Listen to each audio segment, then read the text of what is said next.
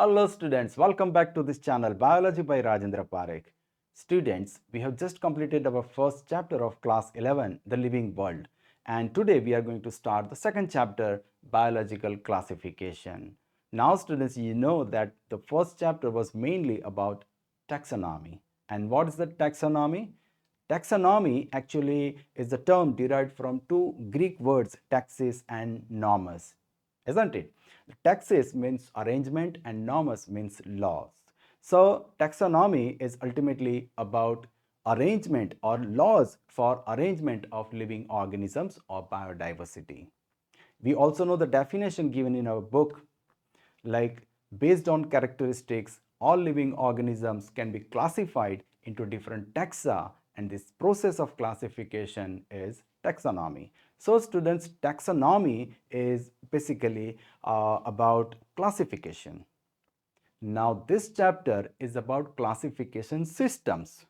In this chapter, there will be discussion of different classification systems given in the past, and the main focus would be on the five kingdom classification system, which is the most commonly used classification system in higher secondary textbooks. So students, in today's video, first of all, we will look at some early attempts made by humans for classification. Then we will look at some milestone contributions by some philosophers or scientists. And then finally, we will move on to the five kingdom classification system, the heart of this chapter. Well students, so early attempts. से students, living organisms को classify करना ये कोई हम आजकल से नहीं कर रहे हैं, ठीक है। सम 24-2500 ईयर्स पहले भी हम क्लासिफिकेशन करते थे, right? So many attempts have been done to classify living organisms, but early classification systems were not based on scientific criteria. उन दिनों में क्लासिफिकेशन साइंटिफिक क्राइटेरिया पे बेस्ड नहीं हुआ करता था. See students, they were simply born out of a need to use organisms for our own use, that is for food, clothing and shelter, that is रोटी कपड़ा मकान. तो स्टूडेंट्स उन दिनों में क्लासिफिकेशन कैसे होता था, लिविंग ऑर्गेनिजम्स को, प्लांट्स को, एनिमल्स को कैसे क्लासिफाई करते थे? On the basis of there use, right. Now students, यहां पर कुछ दिक्कतें होने लगी थी. सी, जैसे जैसे मोर एंड मोर प्लांट्स और एनिमल्स के बारे में हम जानने लगे तो लिस्ट बड़ा होता गया, and there were so many plants, there were so many animals that had multiple uses. Okay, जैसे कि आज हम देखें कॉटन. कॉटन को अगर हम क्लासिफाई करना चाहें यूजेस के बेस पे, तो कोई कॉटन को फाइबर्स प्रोवाइडिंग प्लांट्स में क्लासिफाई करेगा, लेकिन कॉटन सीड ऑयल हम खाते भी हैं. कॉटन के सीड से कुछ मेडिसिन भी बनती हैं, राइट. तो ये मल्टीपल यूज वाला प्लांट हो गया, तो कौन सी कैटेगरी में रखोगे, कौन से ग्रुप में रखोगे, राइट. तो ये कन्फ्यूजन हो गया. You understand students. तो ऐसे कुछ कन्फ्यूजन्स उन दिनों में भी हुए होंगे, and they realise that this is not proper. So उन्होंने फिर साइंटिफिक बेसिस पे क्लासिफिकेशन करना शुरू किया था. आगे देखते हैं सम माइलस्टोन कंट्रीब्यूशंस, जैसे मैंने आपको बताया था. तो इन दो लोगों को आप अच्छे से पहचान लो. सी, एरिस्टोटल हम सब पहचानते हैं, जानते हैं, ये एक ग्रीक फिलोसोफर थे, और लिनियस, इनके बारे में पिछले चैप्टर में हमने बहुत सारा पढ़ा हुआ है, ठीक है. इन दो जनों ने बहुत ही इम्पॉर्टेंट कंट्रीब्यूशंस दिए थे. ऐसा नहीं है स्टूडेंट्स कि इन दोनों के बीच में ओके अराउंड 2000 ईयर्स का गैप है. इन दोनों के बीच में भी बहुत सारे साइंटिस्ट के अलग अलग कंट्रीब्यूशंस हैं, लेकिन इनके जो कंट्रीब्यूशंस हैं वो काफ़ी इम्पॉर्टेंट है. नाउ क्या है इनके कंट्रीब्यूशंस, वो हम थोड़ा देख लेते हैं. से students, Aristotle was the earliest to attempt a more scientific basis for classification. मतलब कि एरिस्टोटल ने कुछ साइंटिफिक बेसिस पे क्लासिफिकेशन करने की शुरुआत की थी, राइट. नाउ उन्होंने क्या किया था, he classified plants into trees, shrubs and herbs. Students, I hope कि आपको पता है ट्रीज क्या होते हैं, श्रब्स क्या होते हैं और हर्ब्स क्या होते हैं, ठीक है। So he classified plants into 3 types, that is trees, shrubs and herbs. अभी देखो स्टूडेंट्स, ये साइंटिफिक क्राइटेरिया पे बेस्ड क्लासिफिकेशन हो गया। मतलब कि कोई एक प्लांट अभी ट्री वाले ग्रुप में है तो फिर वो ट्री ही कहा जाएगा, ट्री में ही रहेगा, कोई कंफ्यूजन नहीं है, ठीक है। So this was bit scientific way of classifying organisms, ठीक है। Similarly he also divided animals into 2 groups, that is those which had red blood and those that did not. Okay, actually he used some words like anema for those that did not have red blood and enema for those that had red blood. Okay, so he also classified animals, okay, on the basis of presence or absence of blood or red blood, right. So this was the contribution of Aristotle.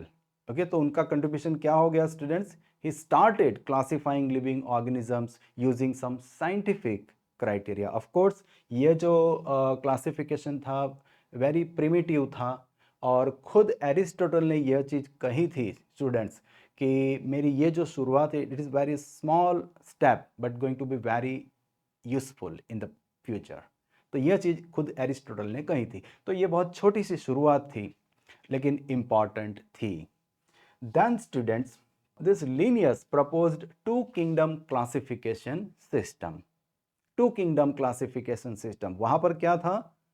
Binomial nomenclature system, process of giving names using 2 words, और यहां पर क्या है? 2 kingdom classification system. So he classified all living organisms into 2 groups, 2 kingdoms.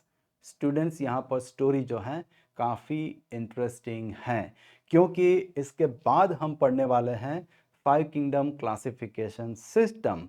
लेकिन 5 kingdom classification system तक हम कैसे पहुँचे, ये अगर समझ ले तो आपकी टेक्स्ट बुक से बहुत सारी चीज़ें हम समझ पाएंगे। अगर जो हिस्ट्री है लीनियस से लेकर के RH विटेकर तक, मतलब कि 5 किंगडम क्लासिफिकेशन सिस्टम तक, वो वाली हिस्ट्री अगर हम ना समझें तो काफ़ी सारे सेंटेंसेस ऐसे हैं जो आपको पूरी तरह से समझ में नहीं आएंगे। ऑफ कोर्स आपको ये हिस्ट्री याद नहीं रखनी है पूरी, बहुत सारे साइंटिस्ट के नाम आने वाले हैं, उनके कंट्रीब्यूशंस आने वाले हैं, आपको याद नहीं रखने हैं, ठीक है। लेकिन थोड़ा आपको इस पूरी हिस्ट्री को समझ लेना ज़रूरी है, ताकि आप आपके टेक्स्ट बुक से सारे सेंटेंसेस, सारी चीज़ें अच्छे से समझ पाओ, ठीक है। वेल स्टूडेंट्स, नाउ पिछली स्लाइड में मैंने आपको क्या बताया कि Linnaeus proposed 2 kingdom classification system, right. लेकिन स्टूडेंट्स, आपको पता है कि Aristotle classified plants into 3 groups like trees, shrubs and herbs. Then he also classified animals into 2 groups like Anima, Enema, right? Means 2 groups, Plantae and Animalia, plants and animals were already there. तो फिर Linnaeus ने नया क्या करा? ठीक है students, ये question है ना। Now see students, actually Linnaeus, he tried to classify the entire empire of nature, जो पूरा साम्राज्य है कुदरत का, उसे क्लासिफाई करने की कोशिश करी थी। मतलब कि living things, non living things, सबको क्लासिफाई करने की कोशिश करी थी। उन्होंने नाम दिया था इम्पीरियम नेचुरी, मतलब कि नेचर का एम्पायर। इम्पीरियम नेचुरी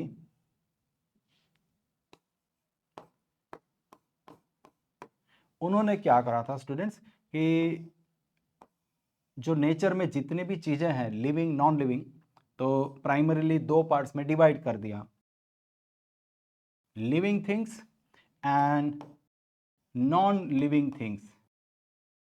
फिर जो लिविंग थिंग्स थी उन्होंने 2 ग्रुप्स में, 2 टैक्सा में डिवाइड कर दिया। नाउ रैंक कौन सा दिया था? रेगनम। ये रेगनम क्या होता है? Regnum is a Latin word for kingdom, तो उन्होंने रेगनम वर्ड यूज किया था, आप किंगडम समझ लो। So he classified living things into two kingdoms. Okay, vegetable, क्या ये वर्ड यूज करते थे? Vegetable and regnum animal, that is plants and animals. ठीक है, in simple words. So plants and animals. तो उन्होंने लिविंग थिंग्स को दो किंगडम्स में डिवाइड किया और नॉन लिविंग थिंग्स के लिए एक अलग किंगडम बनाया जिसे नाम दिया था रेगनम लैपिडियम। ओके, तो रेगनम लैपिडियम जो था उसमें उन्होंने मिनरल्स को रखा था, अलग अलग तरह के मिनरल्स को रेगनम लैपिडियम में रखा था। तो इस तरह से उन्होंने पूरे जो नेचर का जो एम्पायर है उसे क्लासीफाई करने की कोशिश की थी। तो as a part of it there were two kingdoms.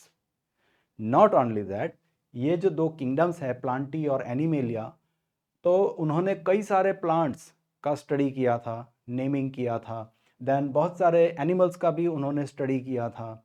Not only that, जो रैंक बेस्ड क्लासिफिकेशन कहते हैं हम, रैंक बेस्ड, उसकी शुरुआत भी उन्होंने करी थी। और जो 7 रैंक्स हमने पढ़े हैं किंगडम से लेकर के स्पीसीज तक, उनमें से कई सारे रैंक्स वे यूज़ करते थे।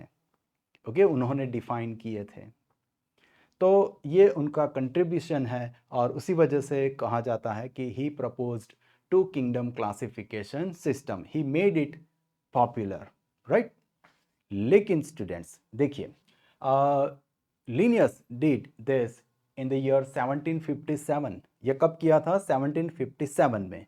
लेकिन उससे कई साल पहले एंटोनी वॉन लिवेनहॉक, आपने अगर नाम सुना है, सेल स्ट्रक्चर ऐसे किसी चैप्टर में आपने लोअर स्टैंडर्ड में पढ़ा होगा, तो एंटोनी वॉन लिवेनहॉक 1674 में ही उन्होंने यूनिसेल्युलर ऑर्गेनिजम्स को देखे थे।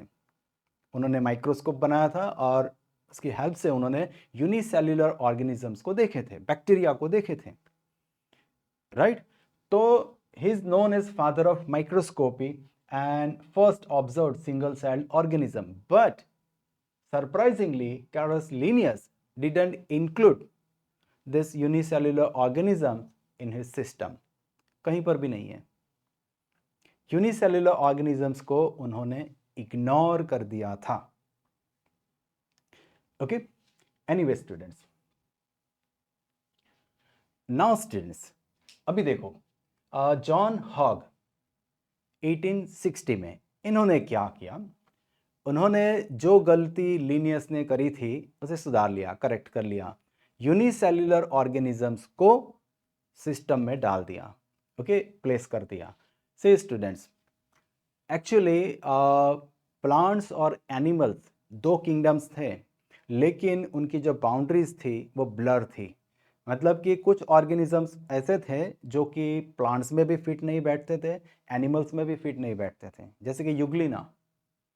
तो ये युग्लिना मूव भी कर सकता है एनिमल्स की तरह, but at the same time can carry out photosynthesis, chloroplast होते हैं उनमें। फिर क्लैमिडोमोनास, वो भी मूव कर सकता है but can carry out photosynthesis. तो फिर दोनों के कुछ कुछ क्राइटेरिया उनमें थे, राइट। तो फिर प्लांट्स कंसिडर करना चाहिए या फिर एनिमल्स, तो ये एक क्वेश्चन ऑलरेडी था। और तो मीनवाइल ये जब बहुत सारे यूनिसेलुलर ऑर्गेनिजम्स के बारे में पता लगने लगा, तो फिर एक अलग ही किंगडम बना दिया गया जिसे नाम दिया गया था प्रोटोसिस्टा। ओके, तो जॉन हॉग ने क्या किया, बस सिर्फ इसी में थोड़ा करेक्शन कर दिया, यहां पर और एक किंगडम उन्होंने डाल दिया। ओके, प्रोटोसिस्टा, तो यह एक किंगडम उन्होंने यहां पर ऐड कर दिया। ठीक है, simple. What next? Then students, Ernst Haeckel, सिर्फ 6 साल हुए थे। ओके, तो सिर्फ 6 साल में उन्होंने एक नया चेंज ला दिया। एक्चुअली उन्होंने कुछ नया ज़्यादा किया नहीं था। उन्होंने क्या किया, कि किंगडम लैपिडियम जो था यहाँ से नॉन लिविंग का, उसे निकाल दिया, क्योंकि अभी क्या करना है, सिर्फ लिविंग थिंग्स का ही क्लासिफिकेशन करना है। बायोलॉजिस्ट है तो फिर लिविंग थिंग्स का ही क्लासिफिकेशन करेंगे। तो वो जो इम्पीरियम नेचुरी था ना, उसको निकाल दिया। लिविंग थिंग को उन्होंने क्या किया, ये निकाल दिया। उन्होंने सिर्फ लिविंग थिंग पे फोकस किया और लिविंग थिंग्स को 3 किंगडम्स में डिवाइड कर दिया जो कि ऑलरेडी थे। ओनली थिंग प्रोटोसिस्टा जो था उसका नाम कर दिया प्रोटिस्टा। ठीक है, प्रोटिस्टा। तो यह एक चेंज उन्होंने किया था। व्हाट नेक्स्ट, ध्यान से देखना students. Edward cotton, Edward cation, cation, right. तो अभी 20th सेंचुरी आ गई स्टूडेंट्स, 1937 20th सेंचुरी की बात है। He introduced the term prokaryote. Actually जो एंटोनी वॉन लिवेनहॉक, उन्होंने बैक्टीरिया देखे थे, राइट, लेकिन उतना डीप में स्टडी नहीं कर सकते थे उस टाइम पे, माइक्रोस्कोपी की लिमिटेशन थी। लेकिन जब इन बैक्टीरिया को अच्छी तरह से देखा गया तो उनका न्यूक्लियस जो है वो प्रिमिटिव होता है, ये पता चला, प्रिमिटिव न्यूक्लियस, राइट। मतलब कि यूनिसेल्युलर ऑर्गेनिजम्स जो हैं वे भी सारे एक जैसे नहीं हैं। यूनिसेल्युलर ऑर्गेनिजम्स में भी कुछ यूनिसेल्युलर ऑर्गेनिजम्स का न्यूक्लियस प्रिमिटिव होता है, तो फिर उन्हें अलग करना जरूरी बनता है।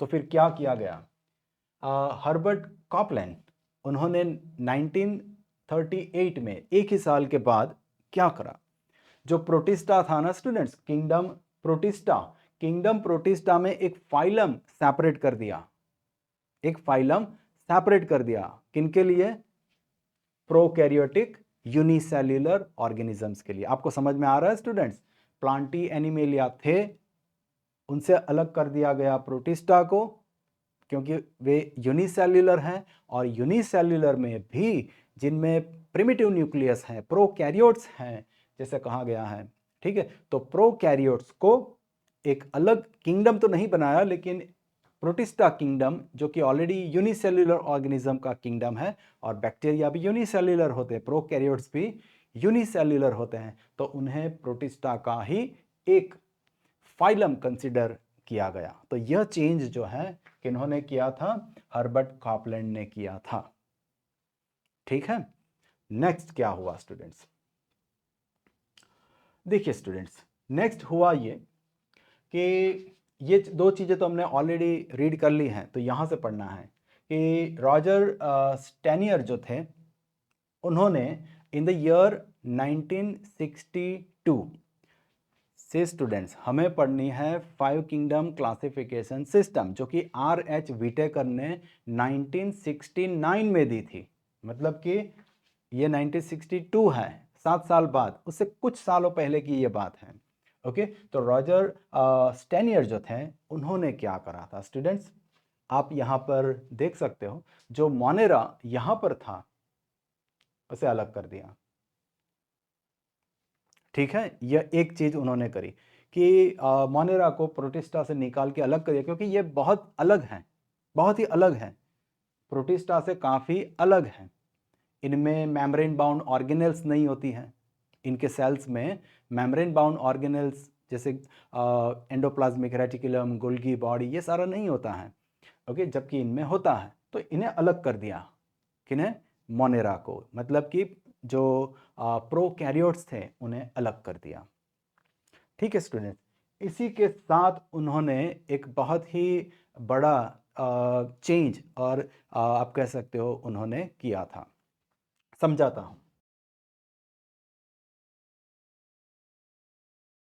से स्टूडेंट्स ध्यान से देखिए, एम्पायर प्रोकैरियोट्स, एम्पायर यूकैरियोट्स।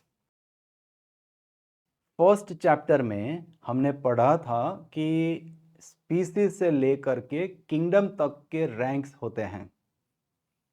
ठीक है, स्पीसीज के ग्रुप को हम कहते हैं जीनस, जेनेरा के ग्रुप को कहते हैं फैमिली, और ऐसे धीरे धीरे धीरे करके बनता है किंगडम। और किंगडम के ऊपर कुछ नहीं होता है, लेकिन किंगडम के ऊपर भी कभी कभी मतलब कि ग्रुप बनाने पड़ते हैं किंगडम से भी बड़े, और उन्हें भी कुछ ना कुछ रैंक देना पड़ता है। देखिए स्टूडेंट्स, ये ऑलरेडी एक किंगडम है प्लांटी, एनिमेलिया एक किंगडम है प्लांटी, प्रोटिस्टा एक किंगडम है, लेकिन इन तीनों किंगडम्स के जो ऑर्गेनिजम्स हैं उनमें कुछ सिमिलरिटी हैं। क्या सिमिलरिटी है? They all are eukaryotes. Students, मैं ये मान के चलता हूं कि आपको प्रोकैरियोट्स और यूकैरियोट्स पता है। प्रोकैरियोट्स मीन्स जिनमें न्यूक्लियस प्रिमिटिव है, और यूकैरियोट्स मतलब कि जिनका न्यूक्लियस वेल डेवलप्ड है। तो इन तीनों में जो सेल्स होते हैं वे वेल डेवलप्ड न्यूक्लियस वाले होते हैं। तो ये एक बड़ा ग्रुप बन गया। तो अभी तो ये तीनों तो किंगडम है, तो किंगडम के ऊपर फिर क्या? तो फिर जो रॉजर स्टेनियर थे उन्होंने एक रैंक डिफाइन किया, किंगडम से भी ऊपर एक रैंक डिफाइन किया और नाम दे दिया गया एम्पायर, सुपर किंगडम या फिर आप कह सकते हो एम्पायर।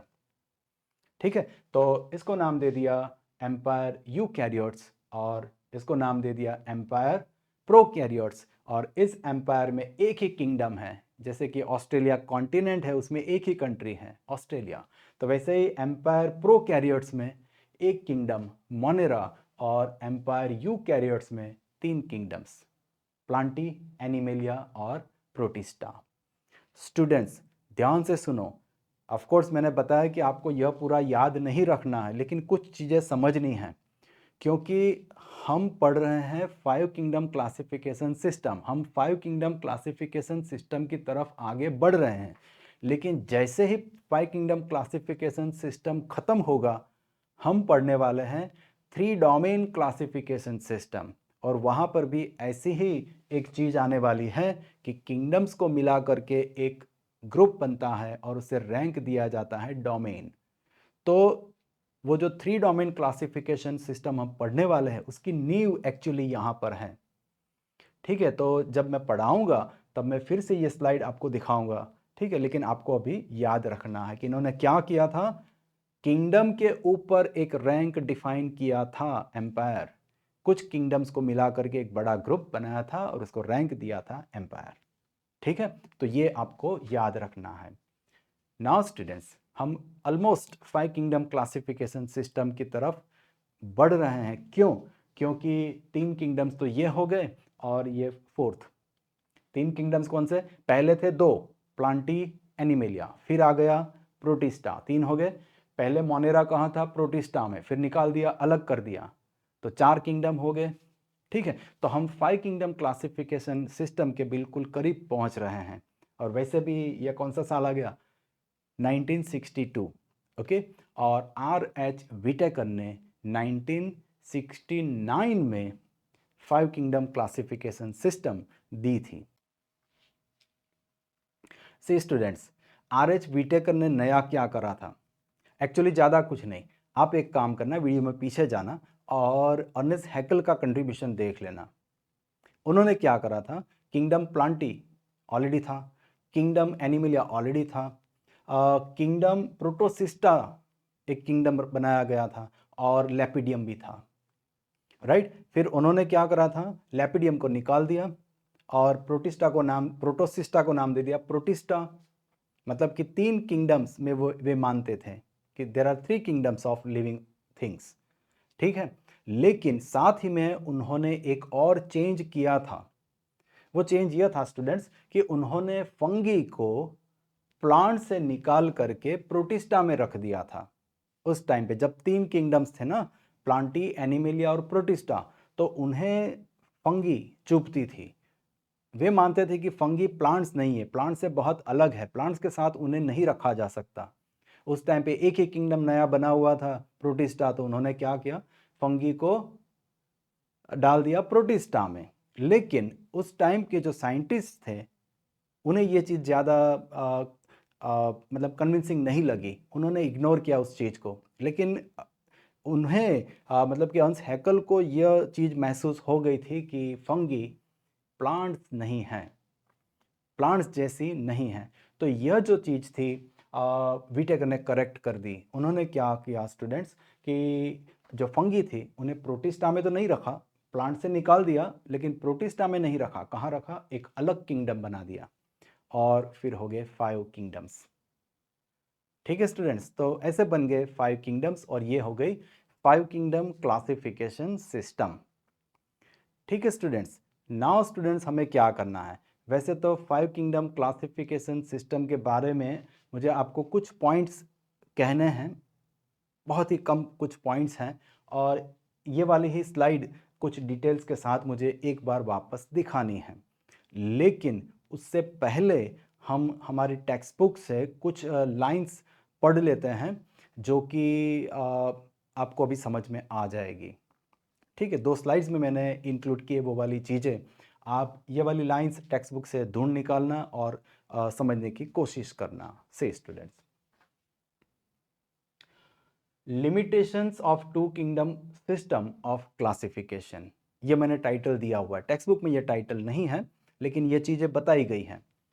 तो टू किंगडम क्लासिफिकेशन सिस्टम में क्या लिमिटेशंस थी, अभी आप समझ गए हो। से this system did not distinguish between, जो टू किंगडम क्लासिफिकेशन सिस्टम थी, ये डिस्टिंग्विश नहीं करती थी किन्हें, you karyotes and pro karyotes. लेकिन 5 किंगडम सिस्टम में यह किया गया है। जो नीचे सबसे नीचे जो किंगडम मोनेरा है, उसमें कौन से ऑर्गेनिजम्स आते हैं, प्रो कैरियोट्स। देख लो आप, तो मोनेरा में कौन से आते हैं, प्रो कैरियोट्स, और बाकी सारे क्या हो गए, यू कैरियोट्स। ठीक है, फिर unicellular multicellular, again to kingdoms classification system में तो किसी भी ऑर्गेनिज्म को या तो प्लांट्स में रखना था या तो एनिमल्स में, चाहे वो मल्टी सेल्यूलर हो, यूनिसेल्युलर हो, प्रोकैरियोट हो, यूकैरियोट हो। लेकिन यहाँ पर क्या किया गया है, यूकैरियोट्स जो हैं इस लाइन के ऊपर, यूकैरियोट्स, ओके, यहाँ प्रोकैरियोट्स हैं, यहाँ यूकैरियोट्स, लेकिन यूकैरियोट्स को भी अगेन यूनिसेल्युलर और मल्टी सेल्युलर में सेपरेट कर दिए गए हैं। तो ये 5 किंगडम क्लासिफिकेशन सिस्टम में होता है, 2 किंगडम क्लासिफिकेशन सिस्टम में नहीं होता था। Then what, photosynthetic and non photosynthetic, that is autotrophs and heterotrophs. तो कभी कभी क्या होता था, अभी मैंने बताया कि फंगी को कहाँ रखा हुआ था, फंगी को प्लांट्स में रखा हुआ था, लेकिन फंगी ऑटोट्रॉफ नहीं होती, ऑटोट्रॉफिक नहीं होती है, isn't it? फिर भी प्लांट्स में रखा गया था। Why, because they have cell wall, because they don't move like animals, right. तो उन्हें प्लांट्स में रखा गया था। तो ये तो नाइंसाफी हो गई, फोटोसिंथेटिक नॉन फोटोसिंथेटिक साथ ही में रखे गए। ठीक है स्टूडेंट्स, तो यह कुछ चीज़ें थी।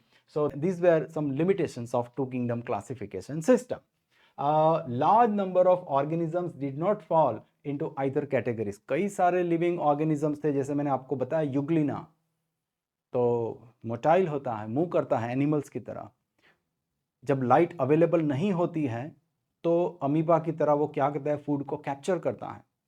But when light is there, okay, photosynthesis करता है, क्लोरोप्लास्ट होता है, होते हैं उनमें।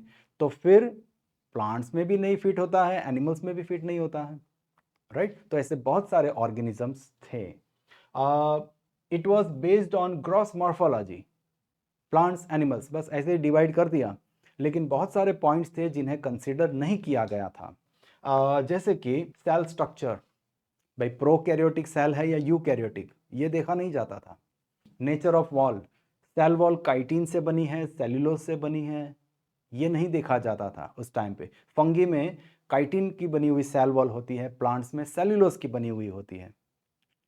तो ये डिफरेंस नहीं देखा जाता था, एक ही में रखते थे, फंगी और प्लांट्स को एक ही किंगडम में रखा जाता था। Then mode of nutrition, again fungi और प्लांट्स को एक साथ रख दिया। Then habitat, okay. फिर मेथड्स ऑफ रिप्रोडक्शन, आगे हम जब पढ़ेंगे तो आपको फंगी, जब हम पढ़ेंगे फंगी इसी चैप्टर में, तब आपको समझ में आ जाएगा कि fungi are classified on the basis of their mode of reproduction. Plants में भी जब हम थर्ड चैप्टर में प्लांट क्लासिफिकेशन पढ़ेंगे तो रिप्रोडक्शन के बेस पे काफ़ी सारा हम मतलब कि ग्रुप्स हम बना सकते हैं, लेकिन ये सारी चीज़ें उस टाइम पे नहीं होती थी। देन इवोल्यूशनरी रिलेशनशिप, तो 5 किंगडम क्लासिफिकेशन सिस्टम की स्लाइड जब मैं वापस बताऊंगा तब आपको इवोल्यूशनरी रिलेशनशिप भी समझाऊंगा, जो कि 2 किंगडम क्लासिफिकेशन सिस्टम में पॉसिबल नहीं होता था। 2 kingdom classification system living organisms के इवोल्यूशनरी रिलेशनशिप्स को नहीं समझा पाती थी। तो ये सारे कुछ लिमिटेशंस थी, and hence the 2 kingdom classification system used for a long time was found inadequate. तो ये चीज़ें स्टूडेंट आपको समझ में आ गई। ओके, बिना डिस्कशन किए जो हमने आगे डिस्कशन किया, बिना वो डिस्कशन किए शायद आप ये नहीं समझ पाते। देन स्टूडेंट्स, एक स्टेटमेंट मैंने लिखा हुआ है, रखा हुआ है, जो कि आपकी बुक में नहीं है। हेरेक्लिटस ने दिया हुआ है ये statement, there is nothing permanent except change. Change हमेशा, परिवर्तन हमेशा होता रहता है। ओके, तो classification systems for living organism have hence undergone several changes over time. वक्त वक्त पर क्लासिफिकेशन सिस्टम्स में चेंजेस आए हैं। अभी स्टूडेंट्स आप बताओ कि जो डिस्कशन हमने किया पिछले आधे घंटे में, ओके, तो अगर वो नहीं करते तो ये सेंटेंस आप कैसे समझ पाते?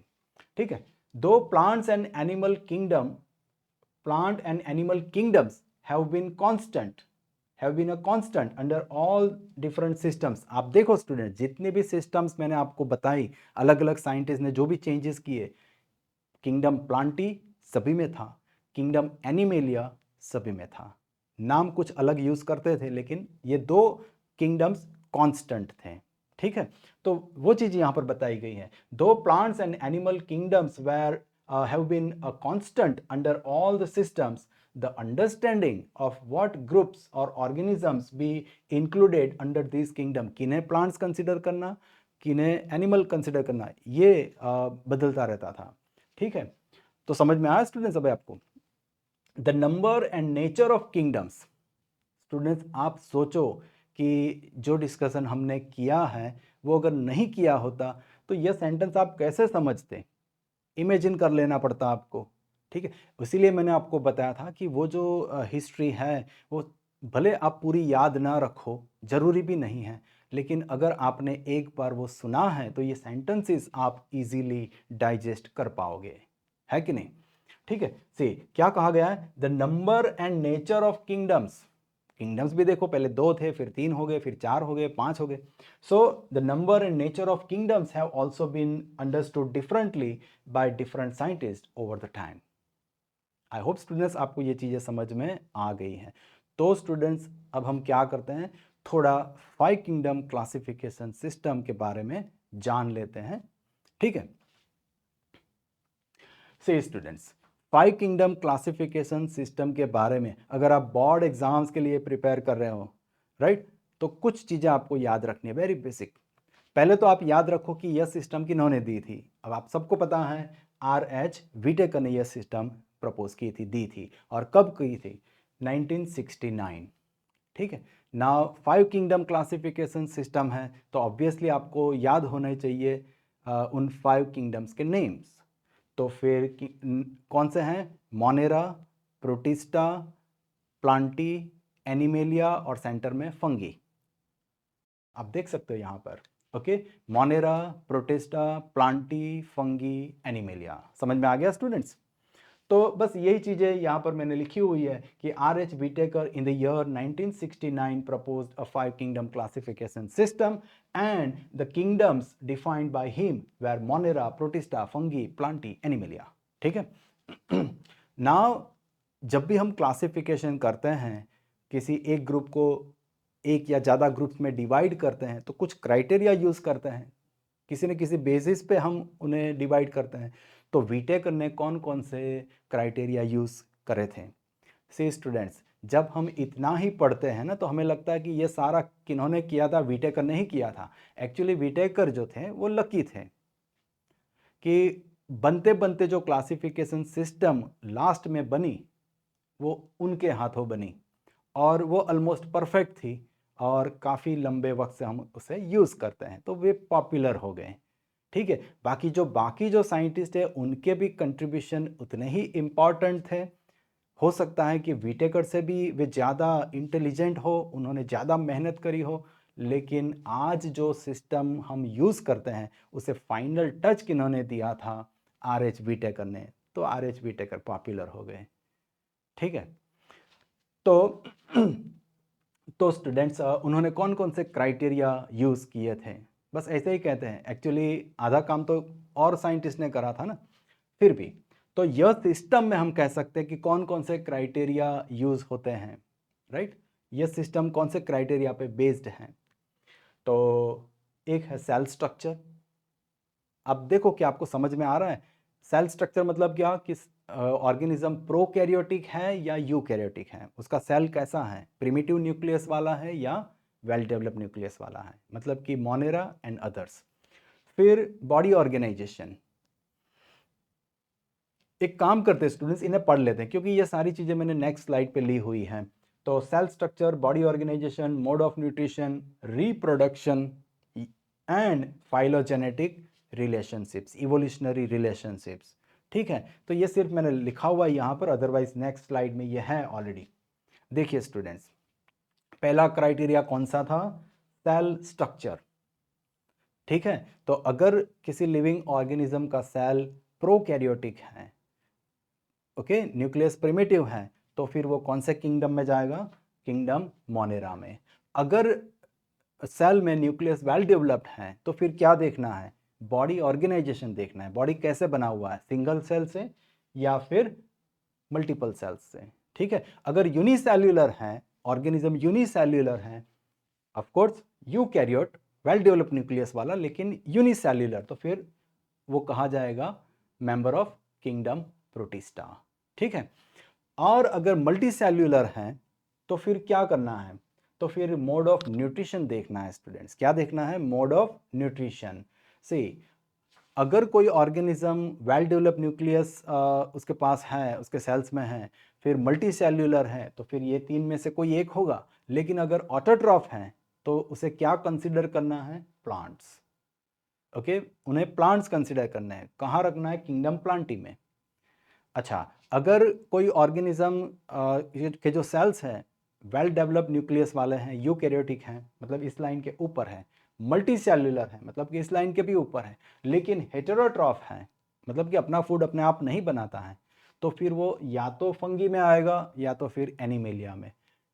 फंगी और एनिमेलिया का सेपरेशन कैसे करेंगे, actually mode of nutrition in organisms, इस पे एक अलग वीडियो मैं बनाऊंगा और तब आपको पूरा समझाऊंगा कि हमारी जो मोड ऑफ न्यूट्रिशन होता है एनिमल्स का, वो होता है ingestion, we ingest the food first and then we digest it. जबकि फंगी जो होती है वे क्या करती हैं, they digest the food first and then absorb.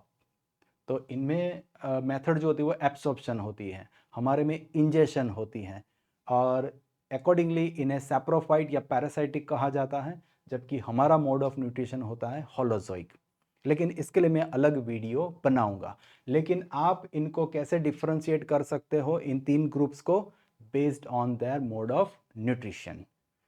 ठीक है स्टूडेंट्स, रिप्रोडक्शन भी एक क्राइटेरियन है, रिप्रोडक्शन, लेकिन रिप्रोडक्शन की बात मैंने यहाँ कुछ नहीं बताई है, क्योंकि ये जो सारे ग्रुप्स हैं, किंगडम्स हैं, उनका फर्दर क्लासिफिकेशन जब होता है तो वहाँ पर मोड ऑफ रिप्रोडक्शन भी देखा जाता है। ठीक है, और स्टूडेंट्स फंगी का जो क्लासिफिकेशन हम देखने ही वाले हैं इसी चैप्टर में। ठीक है, फिर स्टूडेंट्स फाइलोजेनेटिक रिलेशनशिप, विटेकर ये मानते थे कि ये जो किंगडम्स हैं वे उनके इवोल्यूशन का पाथ भी शो करते हैं। ओके, मतलब कि पहले मोनेरंस, मतलब कि बैक्टीरिया जैसे ऑर्गेनिजम्स डेवलप हुए थे ड्यूरिंग इवोल्यूशन, फिर उन्हीं से बने थे प्रोटिस्टा, फिर प्रोटिस्टा से तीन अलग अलग ग्रुप्स बने हैं, right? So to some extent this classification system also reflects the process of evolution of living organisms. ठीक है स्टूडेंट्स, तो ये कुछ चीज़ें हैं जो आपको याद रखनी हैं फाइव किंगडम क्लासिफिकेशन सिस्टम के रिगार्डिंग। ठीक है स्टूडेंट्स, नाउ स्टूडेंट्स ये क्या है, एक्चुअली लीनियस ने 1757 में टू किंगडम क्लासिफिकेशन सिस्टम दी थी, और काफ़ी सालों तक, तकरीबन 100 ईयर्स तक वही सिस्टम पॉपुलर रही थी। ठीक है, और मीनवाइल एक साइंटिस्ट थे ऑगस्ट डब्ल्यू आइकलर, उन्होंने प्लांट्स को फर्दर क्लासिफाई करने की शुरुआत करी थी। ओके, काफ़ी सालों तक उन्होंने यह काम किया था। उन्होंने ईयर 1875 में ये क्लासिफाई करना स्टार्ट किया था प्लांट्स को, और उनके डेथ तक उन्होंने यह काम कंटिन्यू किया था। ओके, ना ये जो चार्ट है एक्चुअली एग्जैक्ट उन्होंने जो चार्ट दिया था वो नहीं है। कुछ मॉडिफिकेशंस उस चार्ट में बाद में किए गए थे। ये मैं क्यों समझा रहा हूँ स्टूडेंट्स, आपको ये चार्ट काफ़ी इंपॉर्टेंट है, आपको ये समझ ही लेना है। देखिए उन्होंने क्या करा था, जो किंगडम प्लांट था, अभी हम प्लांट ही नहीं कहेंगे, हम प्लांट ही कहेंगे। किंगडम प्लांट जो है उसे दो ग्रुप्स में डिवाइड किया था, दो ग्रुप्स में, क्रिप्टोगैमी एंड फेनेरोगैमी। ओके, यहाँ पर क्रिप्टो का मतलब होता है हिडन। ओके, यहाँ पर जो रिप्रोडक्टिव पार्ट्स होते हैं वे विजिबल नहीं होते हैं, जैसे कि हायर प्लांट्स में फ्लावर वो रिप्रोडक्टिव पार्ट है, सेक्सुअल रिप्रोडक्टिव पार्ट है, तो इजीली ऑब्जर्वेबल है। तो यहाँ पर इजीली ऑब्जर्वेबल नहीं होते हैं रिप्रोडक्टिव पार्ट, तो इन प्लांट्स को नाम दे दिया cryptogamia. Okay, where reproductive parts are not visible. Okay, whereas जो हायर प्लांट्स जिनमें फ्लावर्स होते हैं तो उन्हें नाम दे दिया फेनेरोगैमिया। ठीक है, फिर जो क्रिप्टोगैमी है उन्हें उन्होंने तीन ग्रुप्स में फर्दर डिवाइड किया, थैलोफाइटा, ब्रायोफाइटा, टेरिडोफाइटा। अगर आपने 9th या 10th स्टैंडर्ड में थोड़ा बहुत पढ़ा है तो आपको याद होगा। और फेनेरोगैमी जो है उन्हें उन्होंने जिम्नोस्पर्मी एंड एंजियोस्पर्मी में डिवाइड किया था। नाउ स्टूडेंट्स, अगर ये सारा आपको याद नहीं है टेंशन मत लो आप ये हम थर्ड चैप्टर में पढ़ने ही वाले हैं। लेकिन ये जो ग्रुप है थैलोफाइटा, इस थैलोफाइटा में उन्होंने एल्गी और फंगी को ही इंक्लूड किया था, सिर्फ एल्गी और फंगी को। ठीक है, और लाइकेंस अगर आपको पता है एल्गी और फंगी का कॉम्बिनेशन होता है, सिम्बायोटिक एसोसिएशन होता है, तो लाइकेंस को वे फंगी में ही रखते थे। ओके, बैक्टीरिया के बारे में पता ही नहीं था, राइट। तो बस इतने तक ही सिस्टम थी। लेकिन जैसे मैंने हिस्ट्री में बताया तो अलग अलग ऑर्गेनिजम्स के बारे में, यूनिसेल्युलर ऑर्गेनिजम्स के बारे में पता चला, कौन, बैक्टीरिया लाइक। फिर उनके न्यूक्लियस के बारे में पता चला कि दे हैव प्रिमिटिव न्यूक्लियस। तो फिर क्या हुआ है स्टूडेंट्स कि ये जो थैलोफाइटा है ना, इस ग्रुप के ऑर्गेनिजम्स को प्लांटी से निकाल करके यहाँ अलग अलग ग्रुप में सेट किया गया है, सेट हुए हैं। सी स्टूडेंट्स, एक्चुअली यह जो ग्रुप था एल्गी, इस ग्रुप में पहले क्या होता था कि कई तरह की एल्गी एक साथ आ जाती थी। यूनिसेल्युलर यूनिसेल्युलर और मल्टीसेल्युलर, दोनों एल्गी इसी ग्रुप में रहती थी पहले इनके हिसाब से। ठीक है, फिर जो प्रोकैरियोटिक थी, मतलब कि blue green algae, Anabaena, Nostoc, अगर आपको पता है ब्लू ग्रीन एल्गी, तो प्रोकैरियोटिक थी। और जो यूकैरियोटिक मतलब कि स्पाइरोगायरा है, बहुत सारी हैं, तो जो यूकैरियोटिक एल्गी दोनों को एक ही में रखते थे। तो यहाँ पर कैसे वाली एल्गी थी, यूनिसेल्युलर, मल्टीसेल्युलर, प्रोकैरियोटिक, यूकैरियोटिक, सभी एल्गी को क्या कहा जाता था, एल्गी। लेकिन अब क्या हो गया है स्टूडेंट्स, यहां से जो प्रोकैरियोटिक एल्गी थी, ठीक है, ब्लू ग्रीन एल्गी, वे अभी कंसीडर होती है मोनेरन्स। बैक्टीरिया के साथ उन्हें रखा जाता है क्योंकि ब्लू ग्रीन एल्गीज वे प्रोकैरियोटिक हैं। समझ गया आप, प्रोकैरियोटिक हैं। फिर यह जो यूनिसेल्युलर एल्गी थी जैसे कि क्लैमिडोमोनास, क्लोरेला, तो ये जो एल्गी है स्टूडेंट्स यूनिसेल्युलर होती है, of course eukaryotic but unicellular. तो उन्हें फिर निकाल के कहां रख दिया है अभी, प्रोटिस्टा में। So chlamydomonas now is not an alga. Okay, वो एल्गी नहीं है, अभी उन्हें प्रोटिस्टा कंसिडर करना है। सिमिलरली ब्लू ग्रीन एल्गी अभी एल्गी नहीं है, वो मोनेरन्स है। ठीक है, तो ऐसे कुछ हुआ है। फिर जो लाइकेंस हैं, लाइकेंस को तो इस सिस्टम से ही निकाल देना है क्योंकि लाइकेन कोई एक ऑर्गेनिज्म नहीं है, ये दो ऑर्गेनिज्म का सिम्बायोटिक एसोसिएशन है। तो एल्गी और फंगी साथ में होती है। तो अगर फंगी जो है उनमें जो फंगी है उसको आइडेंटिफाई करके फंगी में रखा जाता है।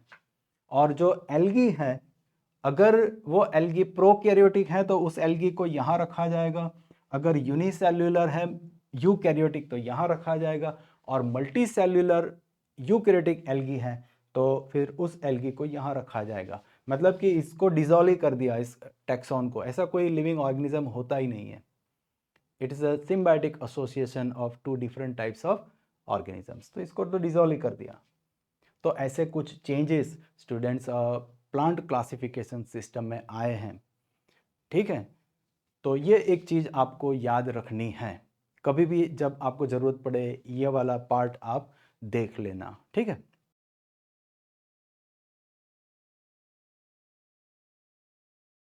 फिर स्टूडेंट्स कुछ स्लाइड्स हमें रीड करनी है जो कि आपकी टेक्स्ट बुक का ही कंटेंट है, उन्हें सिर्फ अभी हमें समझना है आज के इस वीडियो में। तो शुरू करते हैं। Issues and considerations that influenced five kingdom classification system, वे कौन से इश्यूज थे जिससे ये फाइव किंगडम क्लासिफिकेशन सिस्टम बनी। ओके, तो सारा कुछ हमने समझ लिया है। वैसे earlier classification systems included bacteria, जो मैंने आगे बताया ना स्टूडेंट्स, तो earlier classification systems included bacteria, blue green algae, fungi, mosses, ferns, gymnosperms, angiosperms, सभी को किस में डालते थे? प्लांट्स में। देख लो स्टूडेंट्स, तो प्लांट्स में आते थे। बैक्टीरिया भी प्लांट्स कंसीडर किए जाते थे। जब आइकलर ने जब क्लासिफिकेशन सिस्टम बनाई थी प्लांट्स के लिए, उस टाइम पे बैक्टीरिया तो पता ही नहीं था, ठीक है। बाद में आए तो कहाँ डाल दिए? प्लांट्स में डाल दिए, क्योंकि उस टाइम पे दो ही किंगडम्स थे। आपको समझ में आया स्टूडेंट्स? तो बैक्टीरिया को यहाँ डाल दिया, प्लांट्स में, ठीक है। तो कुछ साइंटिस्ट ने क्या करा, जो आइकलर ने लाइकेंस को फंगी में डाला था, कुछ साइंटिस्ट ने उसे अलग कर दिया, लेकिन ये सारे प्लांट्स कंसीडर किए जाते थे। यहां पर मैंने बताया आपको कि ब्लू ग्रीन एल्गी, एल्गी में जो ब्लू ग्रीन एल्गी है वो तो एक्चुअली क्या थी? मोनेरा, फिर भी उन्हें प्लांट्स ही कंसीडर किए जाती थी। लेकिन अभी ब्लू ग्रीन एल्गी को हम प्लांट्स कंसीडर नहीं करते, हम उन्हें मोनेरा कंसीडर करते हैं। आप समझे स्टूडेंट्स? तो यह एक बात थी।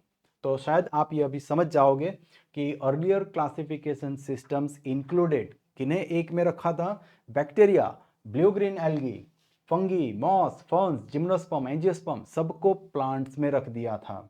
ओके, और यूनिफाइंग कैरेक्टर क्या था कि उन सब में थी सेल वॉल, बस इतनी ही सिमिलैरिटी। अरे भाई, काइटिन की सेल वॉल होती है फंगी में, काइटिन से बनी हुई। ओके, ब्लू ग्रीन एल्गी में प्रिमिटिव न्यूक्लियस होता है। तो ये सारे नहीं देखा गया, सिर्फ प्रेजेंस ऑफ सेल वॉल बस है तो रख दिया प्लांट्स में। Then this place together groups which widely differed in other characters. तो क्या हो गया कि पहले वाली जो क्लासिफिकेशन सिस्टम्स थी उनमें ये सारे ऑर्गेनिजम्स प्लांट्स में रखे जाते थे, तो काफ़ी अलग अलग टाइप के ऑर्गेनिज्म एक ही ग्रुप में आ जाते थे, आलू भालू साथ में आ जाता था। तो क्या हो जाता था उस सिस्टम्स में? इट ब्रॉट टुगेदर, पुराने वाली सिस्टम्स की बात कर रहा हूं, it brought together prokaryotic bacteria, blue green algae, that is cyanobacteria, with other groups which were eukaryotic. तो बाकी सारे प्लांट्स तो यूकैरियोटिक थे, लेकिन उन्हीं के साथ आ गए कौन? Blue green algae, prokaryote. तो ये हो जाता था। Then it also group together unicellular organism, जैसे मैंने स्टूडेंट्स बताया कि क्लैमिडोमोनास, क्लैमिडोमोनास जो है अभी कहाँ पर आता है? यहाँ पर आता है, प्रोटिस्टा में। पहले कहाँ आता था? प्लांटी में। In spite of the fact that chlamydomonas is unicellular organism, eukaryote but unicellular. तो ब्लू ग्रीन एल्गी अभी यहाँ है, पहले यहाँ आती थी। क्लैमिडोमोनास अभी यहाँ है, पहले यहाँ आता था। तो ये सारी चीज़ें हो जाती थी। So it also grouped unicellular organisms and multicellular organisms, for example Chlamydomonas and Spirogyra। Spirogyra तो multicellular filamentous alga होती है, लेकिन दोनों को साथ में रखते थे, तो ये कुछ ठीक नहीं था। The classification did not differentiate between heterotrophic and that is fungi and autotrophic plants। ये भी मैंने आपको बताया था कि फंगी को प्लांट्स ही कंसिडर करते थे, तो ऐसे कुछ चीज़ें हो जाती थी। देन स्टूडेंट्स, जब क्राइटेरिया बदले तो फिर बाजी बदल गई। See when the criteria for classification were changed, तो क्या हुआ students, the fungi were placed, अभी सारा आपको पता है वैसे students, fungi were placed in a separate kingdom, kingdom fungi. All prokaryotic organisms were grouped together under kingdom Monera. Then unicellular eukaryotic organism, eukaryotic but unicellular, कहाँ पर आए थे, प्रोटिस्टा में. तो unicellular eukaryotic organisms were placed in kingdom Protista. Okay, and kingdom Protista has brought together Chlamydomonas with Paramecium and Amoeba. ये एक थोड़ी students strange बात है. देखिए मैं आपको स्लाइड वापस दिखाता हूं. ये एक चीज थोड़ी ऑड हो गई यहां पर कि प्रोटिस्टा में क्या करा गया, जो प्लांट्स में जो यूनिसेल्युलर ऑटोट्रॉफिक थे, यूनिसेल्युलर थे तो यहां रख दिया. फिर एनिमल्स में जो अमीबा यूनिसेल्युलर हैं, तो फिर अमीबा को एनिमल से निकाल दिया, क्या कंसिडर करा जाता है, प्रोटिस्टा. तो प्लांट्स अलग है, एनिमल्स अलग हैं, लेकिन यूनिसेल्युलर प्लांट्स और यूनिसेल्युलर एनिमल्स, मतलब कि पैरामीशियम अमीबा यहां से आ गए और क्लैमिडोमोनास यहां से आ गए, दोनों एक में रख दिए. आप समझे स्टूडेंट्स, फिर से एक बार सुनो. मल्टीसेल्युलर प्लांट, मल्टीसेल्युलर एनिमल्स, तो उनको अलग रखा, लेकिन यूनिसेल्युलर प्लांट तो उन्हें प्लांट ही नहीं गिनते हैं अभी, उन्हें हम गिनते हैं प्रोटिस्टा. फिर यूनिसेल्युलर एनिमल्स, उन्हें एनिमल्स ही नहीं कंसिडर करते, हम उन्हें कंसिडर करते हैं प्रोटिस्टा. तो यहाँ पर प्लांट लाइक ऑर्गेनिज्म भी आ गए, एनिमल्स लाइक ऑर्गेनिजम्स भी आ गए. तो ये एक थोड़ा वीक पॉइंट है इस सिस्टम में. तो ये चीज़ें आप अभी आपके समझ में आ जाएगा कि it has put together organisms which in earlier classification system were placed in different kingdoms. तो पहले अलग किंगडम्स में थे, अभी एक में आ गए. तो कुछ ऑर्गेनिजम्स एक में थे, अलग कर दिए, और कुछ अलग थे जो एक में आ गए. तो ये एक थोड़ी वीक पॉइंट है थोड़ा. लास्ट में स्टूडेंट्स अल्बर्ट आइंस्टाइन का एक स्टेटमेंट रीड करते हैं. Measure of intelligence is the ability to change. हम कितना चेंज हो पाते हैं, यही माप है कि हम कितने इंटेलिजेंट हैं. लेकिन ये सच है स्टूडेंट्स कि चेंजेस आते रहने चाहिए, और चेंजेस आते रहते हैं. परिवर्तन ही जीवन है. से this kind of changes will take place in future too, depending on the improvement of our understanding of characteristics and evolutionary relationship. जैसे जैसे हम ज़्यादा समझते जाएंगे, कैरेक्टरिस्टिक्स को अच्छी तरह से समझेंगे, हो सकता है कि फ्यूचर में यह क्लासिफिकेशन सिस्टम भी चेंज हो जाए. Okay, over time an attempt has been made, मतलब कि धीरे धीरे कोशिश करी जाती है, किस चीज के लिए, to evolve a classification system which reflects not only the morphological, physiological and reproductive similarities, but also phylogenetic, that is based on evolutionary relationships. तो ऐसी क्लासिफिकेशन सिस्टम डेवलप करने की कोशिश भी करी जाती हैं कि सिर्फ मॉर्फोलॉजिकल, फिजियोलॉजिकल या फिर रिप्रोडक्टिव सिमिलरिटीज़ के बेस पे नहीं हो, लेकिन लिविंग ऑर्गेनिजम्स के फाइलोजेनेटिक रिलेशनशिप्स, मतलब कि इवोल्यूशन को भी रिफ्लेक्ट करे. So students, this was for today's video. I hope you enjoyed it, and see you in the next video. Until then, bye bye. Take care.